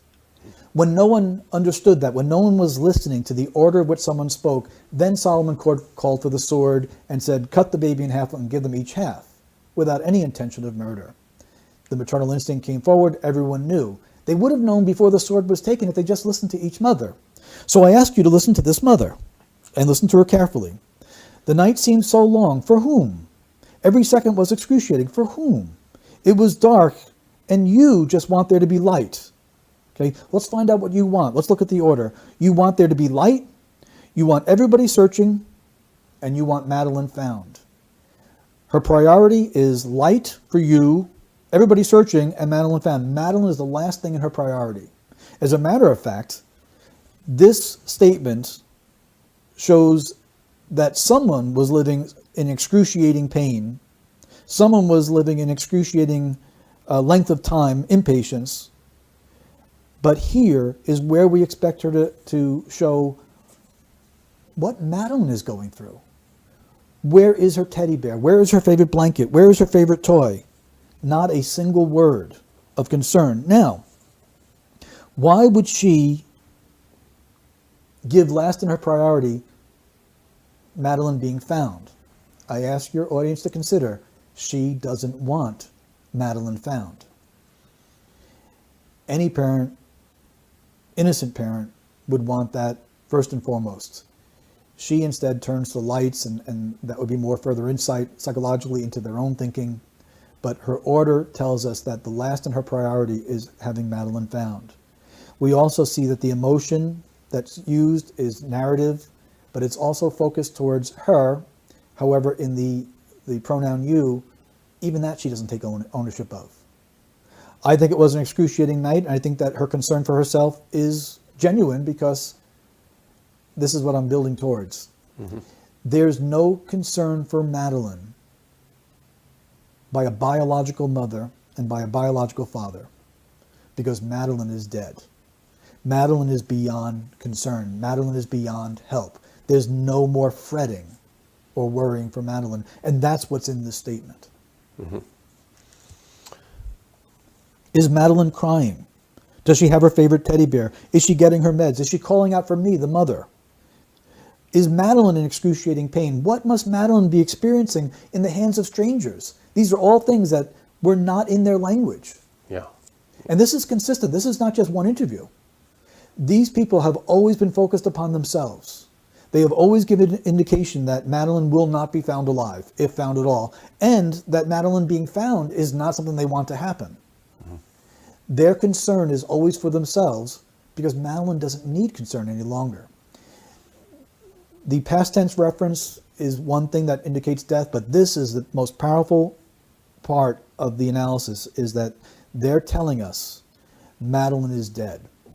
Now, I know that people wondered if there was a kidnapping, if they were sold into sex rings, child sex rings, and these things do exist. That's not what's in the parents' language. So I can only say what's in that language. And I'm letting them guide me. I'm letting them dictate to me my opinion by the words that they're choosing. Mm-hmm. And they're actually going to give us more detail. Mm-hmm. Richard, they're going to confess. You think so? Oh, you mean in the subtext of the interview? You don't mean literally, do you? They're in this statement, we're going to see what we call a statement analysis confession. They actually admit to us what happened. Did you kill your daughter? No, that's an emphatic no. I mean, the ludicrous thing is what's been purported from Portugal is that Madeline died in the apartment by an accident and we hid her body. Well, when did she have the accident and died? Because the only time she was left unattended was when we were at dinner. So if she died then, how could we have disposed or hidden her body, when there was an immediate threat? It's just nonsense. So, and if she died when we were in the apartment or fell and did something, why would we cover that up? And this is what we call the embedded confession. This is where a guilty party will put together in their own language what happened. And we need to listen and believe them. We also have the principle of them asking questions. This is very important. They're asking questions to find out how their answers will be responded to. Will it be ridicule? Would it be acceptance? Will it sound sane? Will it help get them off the hook? Listen very carefully to what they say. It's a yes or no question. Did you kill your daughter? No is a good answer. And what I teach investigators to do is when someone is asked a yes or no question is to count on their fingers the number of words following the word no. No.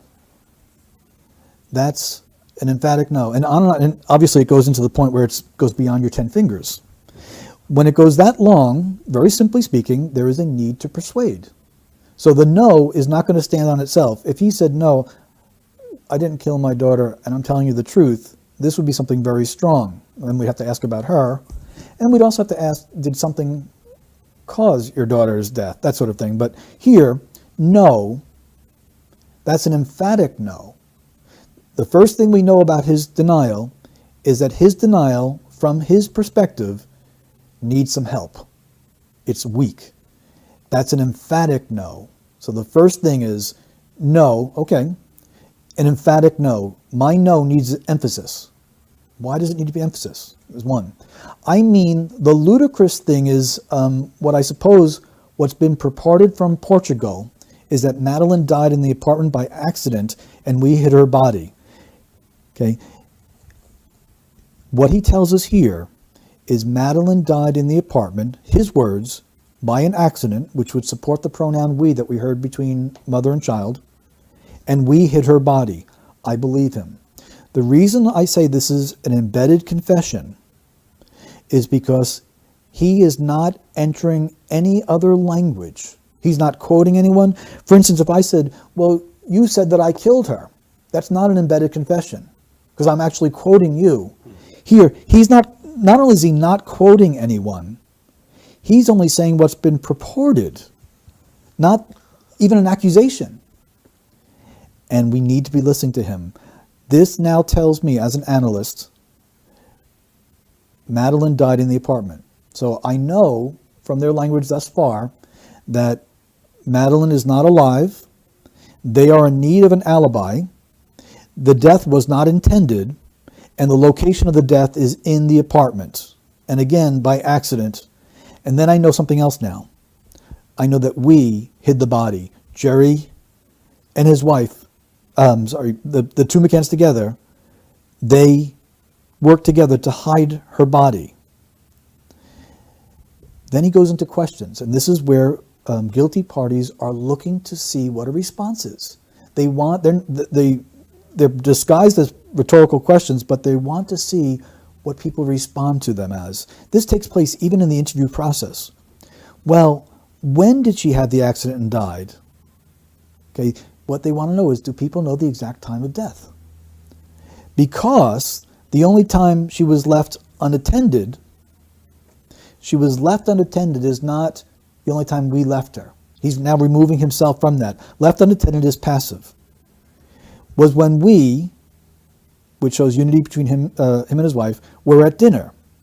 So if she died then, which this is, we call this an allowance. The father of a missing child is allowing for a scenario that denial will not allow. There's no natural denial. He's saying if she died, then, not even if she was dead, which is itself a red flag, but now about a specific time. How could we have disposed, hidden her body? The word disposed and then hidden, the change there, actually shows respect for Madeline. It's a softer terminology. Not dump the body, and he even changes disposed, self-correction, from disposed to hidden. He now tells us that they didn't dispose the body, they actually hid it. This is why, and this confirms the priority. We want there to be light. We want there to be searching. By the way, we also want them to find Madeline. But it's last on my list of priorities.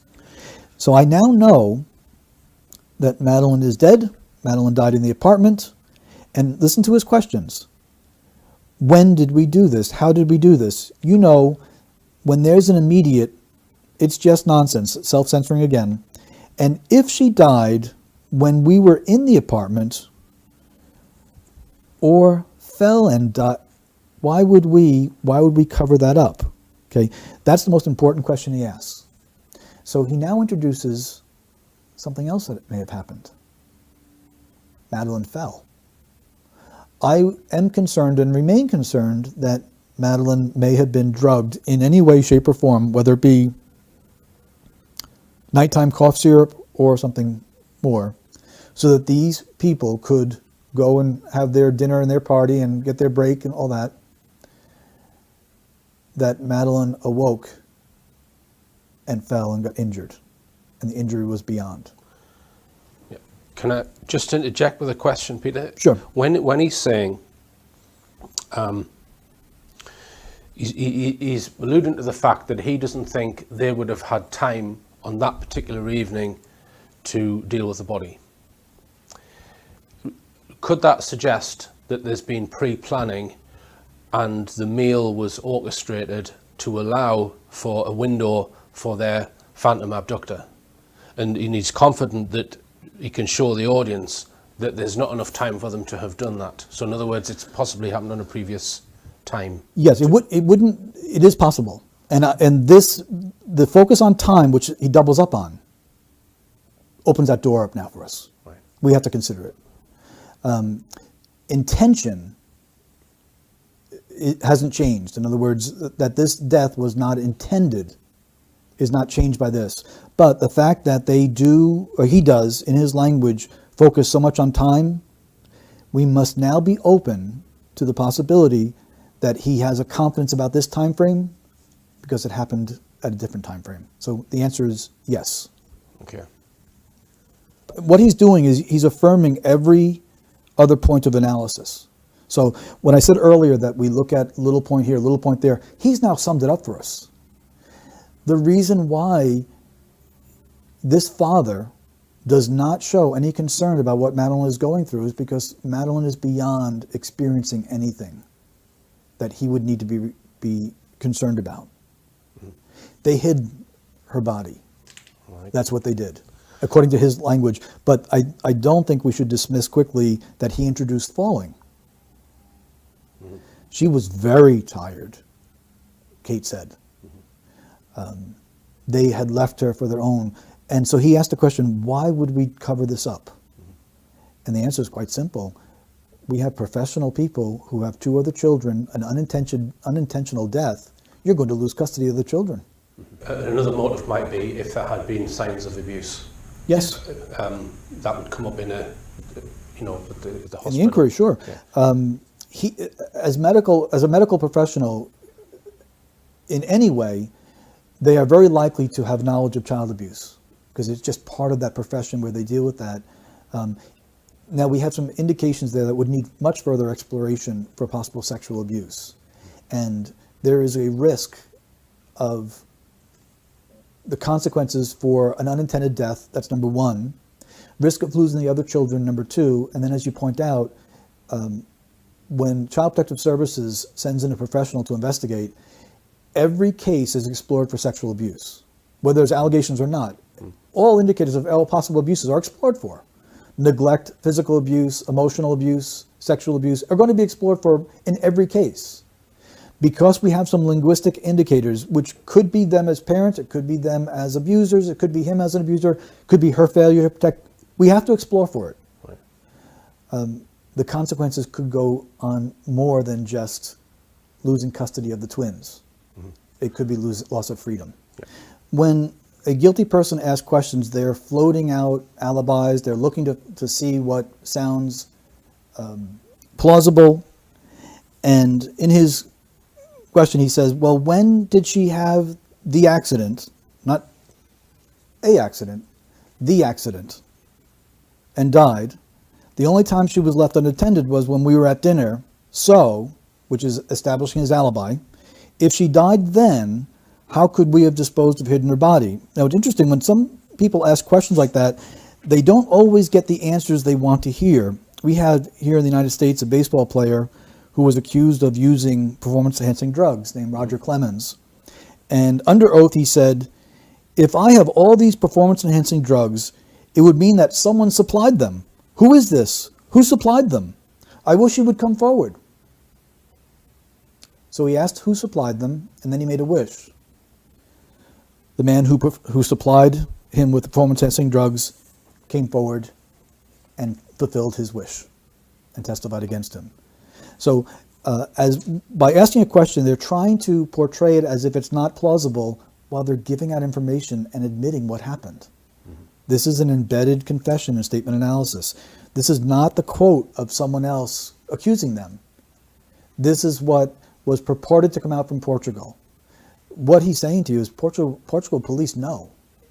So they may make various statements, but the investigators on the ground, if we were to talk to them, the ones that first responded, they would tell you exactly what they feel about this case, and I think it would be right here, that it's a cover-up. And that gets even more ludicrous, that we've obviously hidden her somewhere incredibly well, where nobody's found her. I believe what she's telling me. I believe that, first of all, the word obvious means to accept without question, and I am following it. That it's obvious to, and this is a concern of hers, that people recognize they've hidden her somewhere incredibly well where nobody's found her. Now, consider this. This is supposed to be from a mother of a missing child who is spending a lot of time defending herself, trying to ridicule the accusations, instead of pleading for her safe return and talking about what she's going through. Again, there is no concern for what Madeleine is going through by biological parents, close relatives, the closest relatives. Incredibly we had her so well that we then decided we'd move her in the car, which we hired weeks later. And, it's just ridiculous. So now we have a change of language from ludicrous to ridiculous. We have a car entering her language, and the timing is not lost on us either. She now says weeks later. So if someone was concerned that the death took place at a different time, she's now saying, you've got a good idea to be concerned about that. She's playing with the time.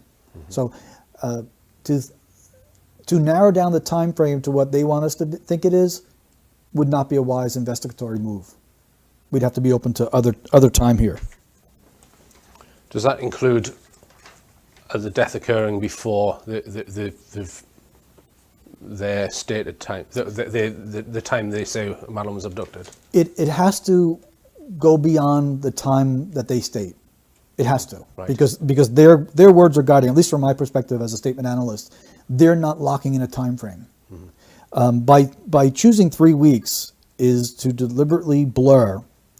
It's kind of a joke, but it's a statistical point, is that when someone is going to choose a number and they need to lie about it, they often will cling to number 3. 2 sounds too small, 4 sounds too big, and it's one of those statistical patterns. They did hire a car after they'd reported her missing, a few weeks after. So that's what she's referring to there, and there was evidence found in the car. Yes. Of a cat of a dog evidence, I believe. Yep. The point being is that as she even goes to this area, she's changing the time frame for us. Right. So even if 3 is accurate, right. It's still fascinating that she is now moving the time away from what they originally said. Right. So it's sensitive to her. Right, I see. When you come back to Portugal, do you feel closer to Madeleine? And although I don't know where Madeleine is, that is the last place that, I saw her and held her, and I guess there's a part of me that still feels connected to her there. So. This was an interesting question, and I thought for an interview that I did not think very highly of, this was a fascinating question that grabbed my attention. And I think the interviewer might be probing for what we actually get here. Is her answer is important. Although I don't know where Madeleine is, no one accused you of that. So before she even gets to her emotion, she has a need to deny that she knows where Madeleine is. You know what that tells me? She knows where Madeleine is. Right. That she's actually affirming that we hid her incredibly well. These 2 smart people who were in panic mode for themselves hid her incredibly well. So although I don't know where Madeleine is, we call that the negation. She wants us to know what she doesn't know. Very sensitive. And then she uses the phrase, you know. And what we do with any type of habit of speech is we look where it comes up and where it doesn't come up. And it shows an acute awareness of the interviewer. So we notice what topics will provoke that, what topics do not provoke it. And about the location of Madeleine, it provoked it. Then she says, and I think this is important, I saw her, held her. Now, in order to hold her, you have to see her. Seeing her is unnecessary. people speak that way about dead people, about dead family members. Because in order to hold her, you have to see her, unless you held a dead body. I think that when Madeline's lifeless body was carried, Kate held her. I think she's telling the truth. I think kids can be written off, missing kids can be written off too easily. You cannot do that. You cannot give up on a child. This is the mother of a missing child, utterly avoiding the call to find her child, utterly avoiding the call to attention of what Madeline is suffering through. Instead, this is extreme distancing. I don't want Madeline written off, I want her found. No, kids, general, can be written off. You know, again, that awareness of the interviewer. Missing kids, no, my Madeline. Missing kids can be written off. This is someone who has well moved beyond in the grieving stage. She has well processed the information. Madeline's not coming home, and she's at peace with it now. This is a distancing language of kids, child. The use of the word child there again is something that, we don't say kid abuser, kid molester. We say child abuse, child molester. This use of the word child, although it's not conclusory by itself, with the other indicators, causes me to be concerned that Madeline was a victim of child abuse inside that home. I don't know for certain.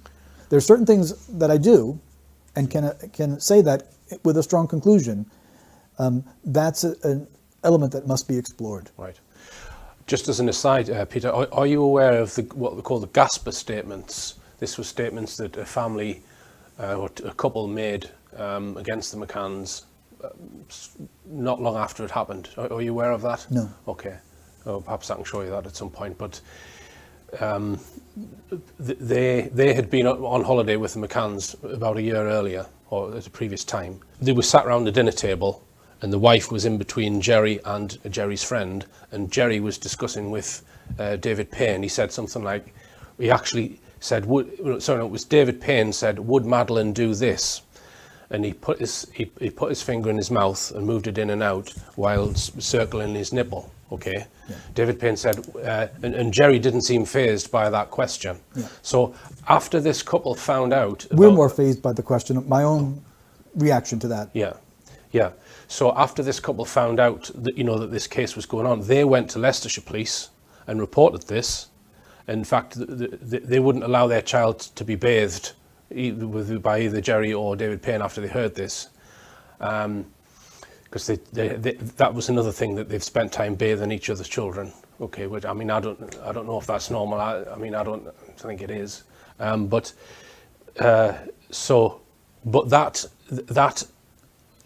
them going to report that in the UK was withheld. The British police didn't send it to the Portuguese police investigation until the lead investigator had been sacked. So that only surfaced, and the Portuguese new investigation team ignored it because we think there's a political decision being made to pull the investigation. Mm-hmm. But yeah, just a point that there's other statement evidence that Jerry might be involved in abuse, even though you've not even seen that. Right. The concerns are in the language, and I didn't know that. Right. But they're in the language. They rely upon an infant's natural sucking mechanism of survival. Right. That's one of the methods of sexual exploitation of a child. So right. that motion that he made. Right. That would certainly fit into the language then. Kids are survivors. Jerry says kids are survivors. He doesn't tell us Madeline's a survivor. He follows the same vein. What they're doing is psychologically they're gone. They're distancing themselves from Madeline. That she doesn't exist. And in the statement, and this is why it's so important to consider, it's not just that they show no concern about Madeline. We have to enter into their language. We have to go into their world. The reason they're not concerned about Madeline is because she's beyond concern. She doesn't exist any longer. So it's natural for them to talk about kids being survivors and kids doing this, or you feeling that, or you feeling this, because they've already processed it. It's gone. You know, Madeline means tower of strength. Wherever she is, whoever she's been with, whatever's happened, we will get her through it. Okay, my transcript says, you know, Madeline means tower of strength. Wherever she was, whoever she's been with, whatever's happened, we will get her through it. Several things. She doesn't tell us that Madeline is a tower of strength. She doesn't say that she has any strength. She doesn't show any detailed concern for Madeline. And she says, we will get her through it, which is a form of passivity. After saying that Madeline, the name means strength, but we will get her through it. There's a disconnect there in language, which is more narrative storytelling, almost poetic. We'd find that on a card of someone well after death. You will not rest until you find your daughter, until you wrap your arms around her. Why do they say such things? As a journalist, why feed information to a subject that way? Makes no sense. I don't believe any parent could, you know, and I don't believe we could ever reach a point where we just think, oh, well, we've done everything now. You know, whilst the situation remains as it is, you know, Madeline's out there and she needs us to find her. You'll keep looking forever. We will. This is, again, another indication that the processing of information has been complete. She tells us what she doesn't believe, tells us what doesn't happen. I don't believe any parent could, and I don't believe we ever could, reach a point, and this is her language, I believe her, we just think, oh, well, we've done everything now. You know. I think that we've hidden her incredibly well. We've done everything now. Her death wasn't intended. We've moved on. So while Madeline's plight, while Madeline's pain, while Madeline's suffering is there, no, while the situation remains. It's a situation. Madeline is no longer part of the picture. There's a situation, and those in situation involved in it are she and her husband. For them, it's a situation. It is not a trauma. This is very soft language. The situation remains. Not Madeline's not been found. And you know, Madeline's out there. Do you notice that she avoids saying anything about the person that has her or the people that have her? So not only do we not have any connection, but even if they had been guided by law enforcement, they would be speaking to the kidnappers. They would be seeking to provoke empathy or some reason to bring her back. No, she's just out there in the passive voice. That again is another indication they're not concerned. Madeline's beyond the need of their concern. What's the last thing she says? She needs us to find her.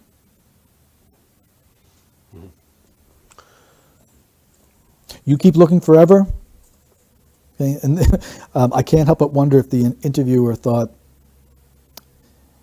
they're going to be like what we call the O.J. Simpson searching for the real killer. O.J. said he was going to search for the rest of his life for the real killer. He had no confidence it was going to happen any time before that. Right. Instead of saying we're going to search until she's found, it's just going to be, we'll keep looking, forever. Yeah. You mention baby Ayla here, Peter, in relation to this. Baby Ayla, A-Y-L-A. Yes. Have you mentioned that? Baby Ayla, not in the interview here, but in the analysis. Right. Okay. Do you want to mention that now? Sure. Baby Ayla was in Waterville, Maine, and she was reported kidnapping by her father. And the father was not cooperating with police, and the family was the mother, because they're not married, was trying to get the father to speak. And she finally told media that the father is not cooperating with police. This got a response from him. Liars are always concerned about their reputation. He said, contrary to rumors floating around out there, I have been cooperating with police. And so with the phrase, rumors floating around out there, is a strong indication that baby's in water. And that's where the searching went on. He had, was asked, how did you do on your polygraph? He had been accused of low-level drug dealing, child abuse, other things. He answered, I smoked it. I smoked it. So we give ourselves away by the words that we choose. And there is like almost like a junior high school student talking about a test. I smoked my math test. It's a missing child. He referenced her in the past tense. He never showed concern at any given time for anything that the child may have been experiencing. All his concern was about himself. This is the same of the McCann's. It's very similar. And when we listen to people and follow their language, and their concern is making sure they ridicule instead of deny any possibility of their involvement, that's what their priority is. But we went through this interview, and not once did I hear a single word of human empathy expressed from Madeline. Not once. Madeline is the victim. And if the deception was to be believed, someone had Madeline. And was she wearing a warm coat on a cool night? Anything, even the slightest bit of concern, none of that is in their radar because it's not in their hearts. It's not in their minds. It's not in their minds because they know that Madeline is beyond all help. What I concluded from just this interview itself is that Madeline is dead. The death was not intentional, that they have disposed of her remains in a hidden manner of which they feel confident will not be found. The cause of death was likely not intended and may have included both causing her to be very sleepy and a fall. They have feared being accused. Their concerns about themselves, and that the time frame that they've given must be questioned. Those are things that I conclude strongly. Now, underneath that is the possibility of sexual abuse being part of this equation is strong. And it would have to be explored, yes. Right. Okay. It would have to be explored. Okay, thanks for that, Peter. Now, I did send you some additional transcripts, but obviously there's a vast amount of work to go through them all, and you've done a fantastic job in analysing this one. But clearly, if we were to go through the vast amount of testimony that they've given, you think the same things would likely come up again and again? I do. I believe that even the things that I have looked at all confirm the analysis. What makes this so strong is that this includes an embedded confession. They actually confessed to what they did. Mm-hmm. And I think we should not discount the word fall, that no one asked them if she fell. It was no part of the interview. He introduced that word. It's very important. Okay. All right. Is there anything else you want to add about the McCann case before I just ask you a few closing questions, Peter? Yeah, I think I... Okay. Well, thanks very much for that. So, yeah, in my email to you, I mentioned other subjects, non-criminal subjects. Have you ever considered non-criminal subjects? Because there are a lot of purported conspiracies or cover-ups out there that might not necessarily be criminal, where people could leak out information about through statement analysis. So have you ever considered that? Is it... Professionally or about this case? No. Well, in particular, I mean, I mentioned here NASA, which is obviously an organization in America which went to the moon allegedly and have done lots of alleged things which a lot of people question. Mm-hmm. Something like that, would you consider? Sure. Or do you think it might damage, your reputation in terms of criminal investigations? No. As a matter of fact, I work for businesses in doing employment analysis. Mm-hmm. And so if someone applies for a job and the United States government limits the questions that you're allowed to ask. So what I do for companies is, it's legally sound. I will say to a potential hire, please tell me about yourself. And if someone is a thief, they're going to tell me through the lens of statement analysis. So in terms of any other topic out there, if there's statements, we can analyze them. If there are official government releases, we can analyze it because there's a writer or writers behind that. Mm-hmm. Sometimes we have statements from defense attorneys. Defense attorneys will reveal what they believe about their client's guilt or innocence. Right.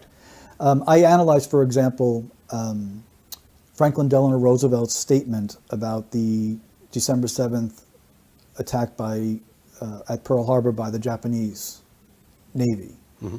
Okay. And he is deceptive about it being a surprise. Right. He wasn't truthful. Really? Yeah. So it matters, the longer that someone's in analysis, it matters not what the narrative is. Mm-hmm. The truth is the truth. Mm-hmm. So if it sounds absurd, I can't change that. I am just a scientist of that sense of mm-hmm. words. Mm-hmm. So if I look at a claim, and if the person intends to deceive, I'll pick it up. Right. Now, if the person is wrong, but they believe it, there's no deception there. Yeah. It's only their intention to deceive that I can pick up. Right. I've mentioned it in the notes here. There was a press conference in 1969 when Neil Armstrong and Buzz Aldrin allegedly came back from the moon, and it's probably about 70 minutes.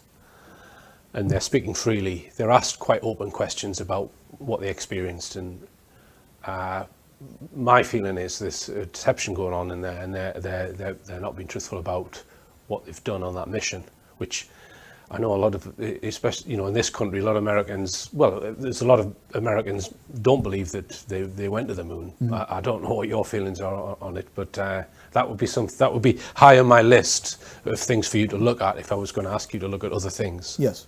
Okay. And it's simply look at to see if they are intending to deceive, mm-hmm. because in 1969, we look at the context. There is a great deal of fear between the West and the Soviets, and so there was a desire on each part to inflate their scientific knowledge to try to avoid nuclear exchange. Mm-hmm. Pretty tense times. So if one of the astronauts is speaking freely, it's very likely I can tell you if he's intending to deceive or not. Okay. All right then.